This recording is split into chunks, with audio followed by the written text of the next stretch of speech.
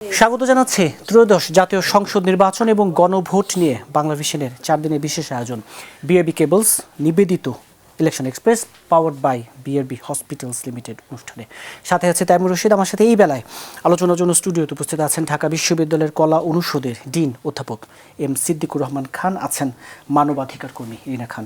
আপনাদের দুজনকে স্টুডিওতে স্বাগত জানাচ্ছি। যদি এভাবে বলি, ভোটের 3 ঘন্টা পেরোলো, কি মনে হচ্ছে সব মিলিয়ে?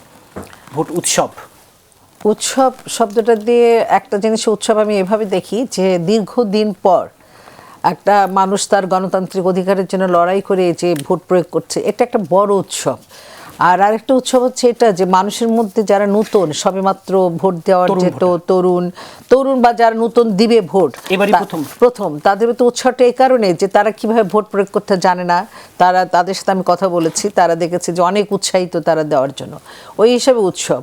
আর আমরা যারা দীর্ঘদিন ধরে ভোট দিয়ে আসছি, আমরা বঞ্চিত ছিলাম, সেই বঞ্চিতের পর প্রেক্ষাপটে আজকে মনে হচ্ছে যে না, আজকে সকালটা শুভভাবেই শুরু হয়েছে, তো শুভভাবেই সারাটা দিন যাক, অন্তত 4:30 পর্যন্ত যাক। এরপরে আবার শুভর ব্যাপার প্রশ্ন আছে যে আফটার ইলেকশন প্রয়োগ করার পর যে ঘটনাগুলো ঘটতে পারে, সেটা যদি ঠিক মতন হয় তাহলে আমার মনে হয় যে আজ এই ভোটটা আনন্দ উৎসবের মধ্য দিয়েই শুরু হয়েছে, আনন্দ উৎসবের মধ্য দিয়ে যেন শেষ হয় এই প্রত্যাশা আমি মনে করি।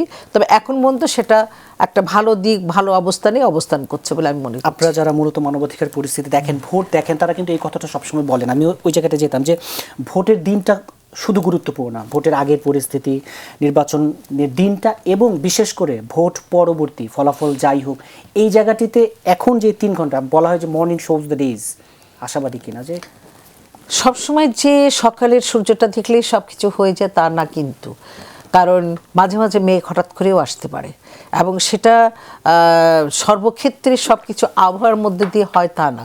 আমি মনে করি যে হ্যাঁ, এখন পর্যন্ত সকালের সূর্যটা খুব চমৎকার হয়ে উঠেছে এবং সেটা সম্পূর্ণ হবে। আমি আমার organisation Bangladesh human rights foundation, আমি তার চেয়ারপারসন হিসেবে আমার সংগঠনে অনেক লোক এখন পোস্ট হিসাবে অলরেডি অবজার্ভ করছে, পর্যবেক্ষণে গেছে। আপনাদের কতজন পর্যবেক্ষক? আমাদের প্রায় পুরা চিটংটা, কুমিল্লা, ঢাকার আমাদের বেস যারা হচ্ছে কয়েকটা সেক্টরে আমরা করছি।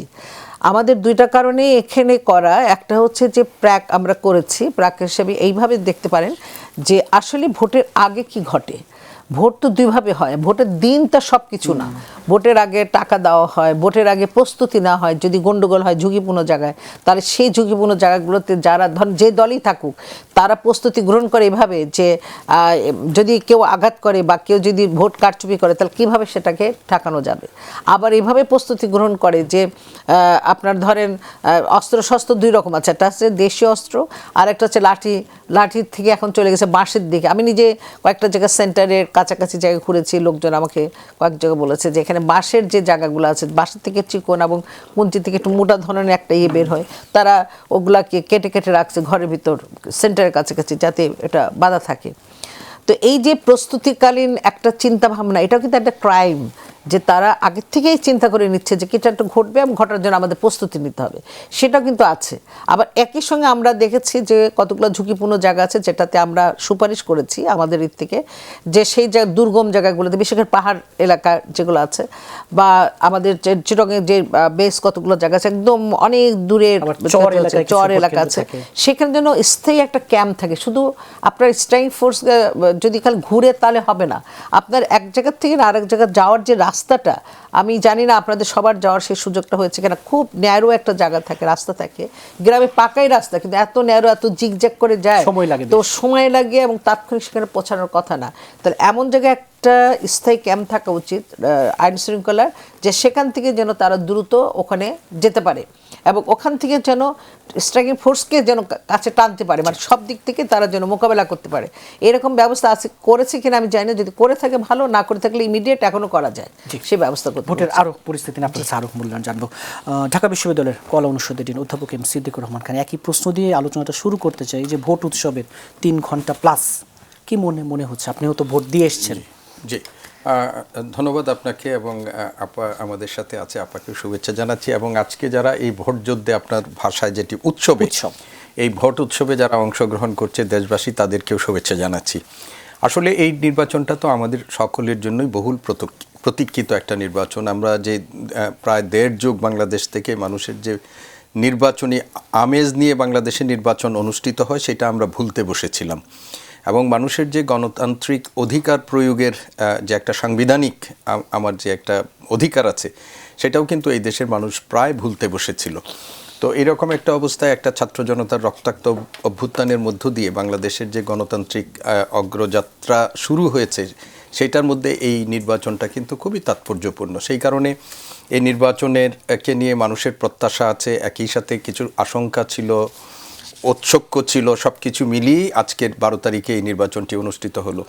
যে সমস্ত রাজনৈতিক দলগুলো অংশগ্রহণ করছে সেই রাজনৈতিক দলগুলোর ভূমিকার কারণেও মানুষের মনের মধ্যে সংশয় সন্দেহ 3 দিন আগেও ছিল যে 12 তারিখে নির্বাচনটি হচ্ছে কিনা, কিন্তু আমরা করেছি 3 দিন। আমি আপনার এখানে ছিলাম, তো আমরা সেটাতে বলেছিলাম শেষ পর্যন্ত নির্বাচন হচ্ছে এবং 3 ঘন্টা অতিক্রম হয়েছে। আমি আমার পরিবার নিয়ে ভোট দিয়ে এসেছি এবং আমার পরিবারের মধ্যে আমার ছেলে এবং মেয়ে প্রথমবারের মতো ভোট তারা দিয়েছে, তাদের মধ্যেও একটা উৎসুক্য ছিল ভোট নিয়ে, এবং আমার মেয়ের মানে এত বেশি উৎসুক্য ছিল যে সিগনেচারের জায়গায় সে বৃদ্ধাঙ্গুলির ছাপ দিয়েছে। তো যাই হোক, এইরকম অভিজ্ঞতা কিন্তু সব পরিবারের, এই বহু পরিবারের, এবং 3 ঘন্টা যে নির্বাচন অতিবাহিত হয়েছে, যেহেতু আমি আপনাদের এখানে আসব সেই জন্য আমি আমাদের গণমাধ্যমগুলোতেও কিছু চোখ রাখছিলাম যে সারা দেশের ভোট কী হয়। আমরা ছোটোখাটো কিছু অভিযোগ বিভিন্ন জায়গা থেকে এসেছে, এর বাইরে বড় ধরনের এখন পর্যন্ত নির্বাচন নিয়ে প্রশ্ন হতে পারে বা প্রশ্নবিদ্ধ হতে পারে এই ধরনের খবর আমরা পাই নাই। আমরা দেখতে পাচ্ছি এবং আপনাদের কল্যাণেই দেখতে পাচ্ছি যে ভোট কেন্দ্রগুলোতে ভোটারদের এক ধরনের ভিড় আছে, কিন্তু গত কাল সারা দেশে এই গণমাধ্যমের মাধ্যমে আমরা যা জানলাম যে নির্বাচনকে প্রভাবিত করার জন্য অর্থের ব্যবহার, পেশি শক্তির ব্যবহার, রাতের বেলা কেন্দ্রে প্রবেশ করার যে কিছু হয়েছে, এইগুলো কিন্তু আমাদের যে নির্বাচনী কালচার সেই কালচারের কথাটা আমাদেরকে আবার মনে করিয়ে দিয়েছে। তবে আমরা বলবো যে এইবার মানুষ সচেতন ছিল, স্বতঃস্ফূর্তভাবে রাজনৈতিক দলগুলোর মধ্যেও সচেতনতা ছিল, ফলে যারা এই কাজগুলো করতে চেয়েছে আইন শৃঙ্খলা রক্ষাকারী বাহিনী অনেক জায়গায় দেখবেন যে স্বতঃস্ফূর্তভাবে মানুষই আটক করেছে, সাধারণ মানুষ আটক করে। গুজবও ছিল, হ্যাঁ গুজব তো ছিলই। কালকে ইলেকশন কমিশন থেকে চিফ সিইসি আমাদেরকে একটা বার্তাও দিতে হয়েছে যে কোনো গুজবে কান দিবেন না, আমাদের একটা নির্বাচন হবে। সোশ্যাল মিডিয়ার যুগে আমরা আশঙ্কা করি যে এখনই যে গুজব ছড়াবে না আরও, এইটা আমরা আশঙ্কা করি না, কিন্তু সতর্ক থাকা। সার্বিক পরিস্থিতিতে আমার কাছে এখন পর্যন্ত মনে হচ্ছে, আমি আপনার সাথে একমত যে আমরা এই 4:30 পর্যন্ত আমাদেরকে অপেক্ষা করতে হবে চূড়ান্ত মতামত দেওয়ার জন্য, কিন্তু মানে সোফার সো গুড আমরা যেটা দেখলাম যে সেইটা আমাদের কাছে মনে হলো আর কি আশাবাদী। জি, অ্যাডভোকেট এরিনা খান, আমরা বেশ কিছু মন্তব্য নিয়ে আলোচনা করব। শুরুতে একটু প্রধান নির্বাচন কমিশনার, তিনি ভোট দিয়ে বলেছেন যে দেশ গণতন্ত্রের ট্রেনে উঠে গেছে, অবশ্যই গন্তব্যে পৌঁছাতে তো হবেই নাকি? এটা খুব ভালো একটা উনি ভাষা ব্যবহার করেছেন, যে গণতন্ত্রের জন্য আমাদের জুলাই আগস্টের যে অভ্যুত্থান এবং বিগত দিনের রাজনৈতিক দলগুলো যারা ছিল, ধরেন সকল দল, বিএনপি, জামাত, যারা ছিল সবাই কিন্তু ভুক্তভোগী, তারা কিন্তু গুম হয়েছে, খুন হয়েছে, তারা সব কিছু, তারই একটা প্রেক্ষাপট তৈরি হয়েছিল জুলাইয়ের গণ অভ্যুত্থানে। অবশ্যই সেই গণতন্ত্রের পথে আজকে আমরা ট্রেনটা ছেড়েছে। এই যে স্টেশন থেকে ছাড়লো, যে ছাড়া নিয়ে অনেক চিন্তা ছিল, ভাবনা ছিল, শঙ্কা ছিল, তো সব কিছু মিলেই আমার মনে হয় যে ট্রেনটা যখন ছেড়েছে, অবশ্যই ওনার আশা এবং আমাদের প্রত্যেকের প্রত্যাশা যেন গন্তব্যস্থলে যেন সেই ট্রেনটা পৌঁছায়, এবং সেই রাস্তা কিন্তু অনেক বড়, দীর্ঘ সময়টা আমি এই কারণে বলছি, ভোটটা শুরু হয়েছে 7:30 থেকে 4:30, কিন্তু গণনা শুরু হবে তার পরের থেকে এবং পরের দিন পর্যন্ত। এই মাঝখানে একটু সময় লাগবে, এই মাঝখানের রাস্তাটা কিন্তু সবচেয়ে আমার মনে হয় যে চ্যালেঞ্জিং, কারণ ভোটের পর যখন সন্ধ্যা হয়ে যায় তখন কিন্তু দুর্বৃত্তরা কিন্তু চেষ্টা করবে এটার একটা কোনো কিছু, কারণ আপনি দুপুরের পর, যেমন আমি ভোটটা এখনো দিই নাই, ইচ্ছা করে দিই নাই, আমি দুপুরের সময় যেতে চাই এই কারণে যে এখান থেকে অনুষ্ঠানটা করে শেষ করে আমি যাব, যে কেন আমি দেখতে চাই তারপরের ওই বেলার পরিস্থিতিটা কি দাঁড়ায়। কারণ সকালবেলাটা সাধারণত সবাই বলে তাড়াতাড়ি চলো, সকালবেলা কিছু ঘটবে না, সেজন্য সবাই সকালে যায়। আমি দুপুরে যেতে চাই, আফটার লাঞ্চ অনেক কিছু ঘটনা সম্ভাবনা থাকে, তো ওইটা দেখার জন্য। আর আমি তো মানবাধিকার কর্মী, আমি শুধু ভোটার হিসাবেও না, আমি পর্যবেক্ষক হিসাবেও আমি দেখতে চাই যে আসলে ঘটনাগুলো কি ঘটছে। আর আপনি নির্বাচন কমিশনের যে কথাটা বলেছেন, ওনারা আরেকটু খুব সুন্দরভাবে এখন পর্যন্ত পরিবেশটা রক্ষা করছেন, আইন শৃঙ্খলা বাহিনীও করছে, সব কিছু আছে। জনগণ সবচেয়ে বেশি আমি আনন্দিত যে এবার সকল দলের প্রার্থীরা সচেতন হয়েছে তাদের কর্মীদের নিয়ে, যে জায়গা কেউ 1 ইঞ্চি ছাড়বো না। এর ফলে কি হচ্ছে যে এক ধরনের যে একটা কিছু ঘটার যে সম্ভাবনা আছে প্রতিযোগিতাটা সুন্দর হচ্ছে, এবং ঘটনাটাও কিন্তু চ্যালেঞ্জিং হয়ে গেছে, তারা সেটা করতে পারবে বলে আমার মনে হয় না। আর করলে তো অবশ্যই তার একটা আইনগত ব্যবস্থা গ্রহণ করতে পারবে। জি, অধ্যাপক এম সিদ্দিকুর রহমান খান, বলছিলাম যে সিইসির যে মন্তব্য, দেশ গণতন্ত্রের ট্রেনে উঠে গেছে, অবশ্যই গন্তব্যে পৌঁছাবে, এবং আপনারা তো নিঃসন্দেহে বলছেন যে এই যাত্রাটা খুব মানে চ্যালেঞ্জিং।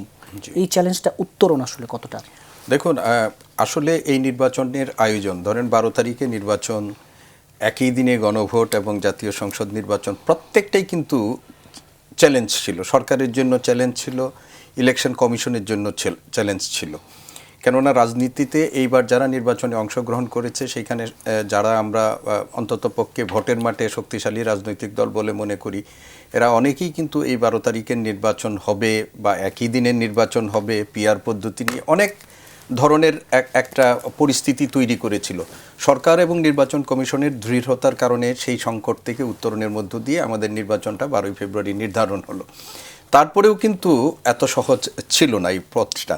নির্বাচন কমিশনকে অনেক চ্যালেঞ্জের মধ্য দিয়ে আসতে হয়েছে, এবং এই চ্যালেঞ্জগুলো অতিক্রম করে সর্বশেষ উসমান হাদির বিচারের ঘটনাকে কেন্দ্র করে কিন্তু আবার একটা চেষ্টা, এই নির্বাচনকে ব্যাহত করার চেষ্টা করা হয়েছিল, এবং সরকার সেটিকে যেভাবে দমন করেছে বা মানে যে পরিস্থিতি, সেটা নিয়ে আমরা অনেকেই সমালোচনা করেছি।